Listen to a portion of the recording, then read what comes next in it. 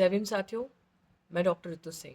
पहले तो आप सब साथियों का बहुत बहुत दिल से आभार प्रकट करती हूँ। शुक्रिया इतना प्यार स्नेह इनकरेजमेंट के लिए जो आपने मुझे दिखाया जब मैंने लास्ट एक वीडियो बनाई थी और आपसे पूछा क्या डॉक्टर ऋतु को लोकसभा चुनाव लड़ना चाहिए, क्योंकि आप सबके इतने मैसेजेस आ रहे थे।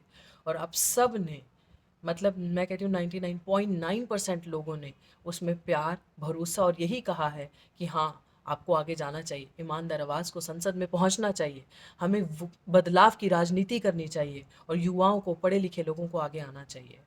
साथियों, ये डिसीजन मेरा अकेले का नहीं है। मैं हमेशा ये चीज़ बोलती हूँ कि म्यूचुअल है। ये मेरे समाज का, खासकर जिन्होंने इतना विश्वास किया था।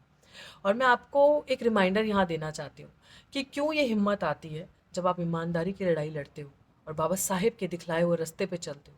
यही 28 अगस्त 2023 को मैं सिर्फ एक नीला झंडा लिए और कुछ मुट्ठी भर साथियों के साथ दिल्ली विश्वविद्यालय के बाहर बैठी थी, इंसाफ की गुहार लगाने, न्याय की मांग करने के लिए। और पूरे देश ने देश से, अपने समाज के प्रोग्रेसिव लोगों ने भी बढ़ चढ़ कर प्यार दिया, इतना विश्वास दिखाया, इतने जज्बे के साथ मुझे सपोर्ट किया कि एक हिम्मत आई और अपने आप को लगा कि हाँ, हम बिखरे ज़रूर हैं, लेकिन अगर बात आती है होंद की तो हम एक हैं। जब बात आती है अपनी की, अपने समाज की, तो हम एक हैं।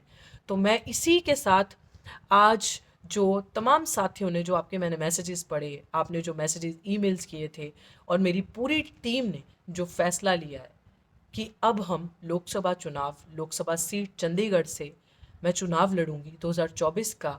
और इसी तरीके से मुझे उसमें भी आपका प्यार, सपोर्ट, विश्वास चाहिए कि जिस तरीके से आपने अभी तक मेरी जर्नी देखी है, आपके बीच में रहकर अपने समाज की लड़ाई को बेखौफी से, निडरता से लड़ना और कभी भी किसी के आगे सर नहीं झुकाना, अपनी हिस्सेदारी और भागीदारी की लड़ाई में हमेशा सर उठा के लड़ी हूँ और अभी भी लड़ूंगी। तो मैं ये चाहती हूँ साथियों कि आप सब लोग मुझे सपोर्ट करें और बाबा साहेब का मिशन, जो कांचीराम, मान्यवर कांचीराम जी घर घर लेके, साइकिल पे, धूप पे, गर्मी में लेकर चले थे और उन्होंने उस मूवमेंट को, उस मिशन को जिया और बाबा साहेब के सपनों का भारत बनाने की कोशिश करी। उन्होंने वो मूवमेंट, लोगों के अंदर वो चिंगारी जगाई, वो चीज़ जगाई कि किस तरीके से बाबा साहेब चाहते थे भारत हो। और भारत जो बाबा साहेब चाहते थे, जो उन्होंने अपने चार चार बच्चे, अपना पूरा सरबंस कुर्बान करके हम लोगों के लिए लड़ाई लड़ी। और अब इन पढ़े लिखे युवाओं की ज़रूरत, वो वक्त आ चुका है कि उस मूवमेंट को रिवाइव किया जाए और स्ट्रेंथन किया जाए। जो लोग लड़ रहे हैं ज़मीन में, उनको और मजबूत किया जाए। घर घर, door door, door to door जाकर हम सबको इकट्ठा करेंगे और सबके बीच में वो दोबारा जो लोगों को शायद इस गफलत की दुनिया में, इस चकाचौंध चांदनी में जो लोग असली चीज़ें भूल चुके हैं और अपनी भागीदारी कितनी है और उनके साथ कितनी ठगी बेईमानी हो रही है, उन चीज़ों को हटाकर हम दोबारा उस नीली क्रांति को जगाएंगे। दोबारा नीली क्रांति मने कि जो नीला आसमान जो सबको समा लेता है अपने आप में, उस समानता की लड़ाई को, उस विश्वास की लड़ाई को हम दोबारा लड़ेंगे। और मेरा यही कहना है कि आप सबका जितना आज दिन तक प्यार मिला, विश्वास मिला, अब वो प्यार, स्नेह, विश्वास मुझे दोबारा देंगे। और इस म्यूचुअल लड़ाई को, ये म्यूचुअल हमारी लड़ाई है, इस लड़ाई में मेरा साथ दें। और मैं कुछ अकेले मेरे बस की नहीं है, मैं कुछ आपके साथ यहाँ पे अकाउंट डिटेल्स शेयर करूँगी। कांशीराम जी मानेवर कहते थे कि एक वोट एक नोट, उसी कॉन्सेप्ट से हम इस लड़ाई को लड़ेंगे कि आपके हर तरीके से सपोर्ट, समर्थन की ज़रूरत है, आपके सजेशंस की भी। मैं एक नंबर भी इस वीडियो के अंत में यहाँ पे डालूंगी, आप अपने कमेंट्स, सजेशंस उस नंबर पे दे दें। नंबर भी हम अभी आपके साथ वो शेयर कर देंगे।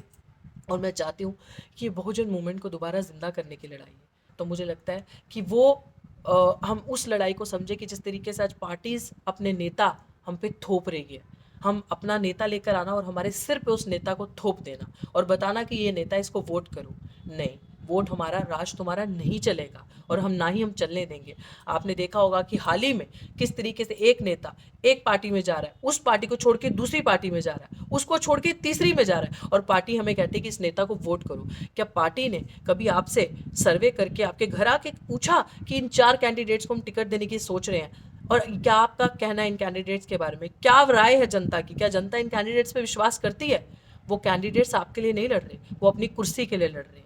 अगर वो कैंडिडेट्स हमारे लिए, हमारे बच्चों के लिए, बस्ती में जो इतना बुरा हाल है, अगर उनके लिए लड़ रहे होते तो वो कैंडिडेट्स आपके बीच में से होते हैं, वो नेता, वो लीडर आपके बीच में से चुने जाते हैं। और ये बदलाव की राजनीति ये कहती है कि हमें हमारा नेता जो राजा होगा वो रानी के पेट से पैदा नहीं होगा, वो बैलेट मशीन से, उस मशीन से पैदा होगा। और ये लड़ाई ही उस हिस्सेदारी की है। हमें वो एसी के कमरों में बैठा, महलों में बैठा नेता नहीं चाहिए अपने लिए, जो यहाँ से टिकट बदल के यहाँ से टिकट बदल अपने व्यक्तिगत स्वार्थ के लिए भागता जाए। हमें वो नेता चाहिए जो जंग के मैदान, मान सम्मान की, हिस्सेदारी की लड़ाई में हमारे सामने खड़ा होकर, हमारे साथ खड़ा होकर लड़ रहा हो, ना कि बड़ी बड़ी गाड़ियों में घूम के आए और वोट लेने के लिए एक दिन आपके सामने आए और पूरे 5 साल आपका शोषण करे और जो पार्टी कहे वही करे और आपकी हर एक चीज़ के साथ समझौता करता जाए। अब हमें समझौतेवादी नहीं बनना, हमें अपने हक की लड़ाई लड़नी है। और मैं इसी हक की लड़ाई में आप सबसे हाथ जोड़कर विनती करती हूँ कि इस बहुजन बच्ची को सपोर्ट करें। ये बहुजन बच्ची सबके हक अधिकार के लिए लड़ेगी, चाहे वो किसी भी समाज का प्रताड़ित, शोषित इंसान है, वो हमारा इंसान है। और मान्यवर कांशीराम जी के सपने को, बाबा साहब के सपने को पूरा करने के लिए चंडीगढ़ की जनता से मेरी अपील है कि इस नीचे दिए गए नंबर पे मैसेज करें और 2024 की लोकसभा पे मेरा साथ दें।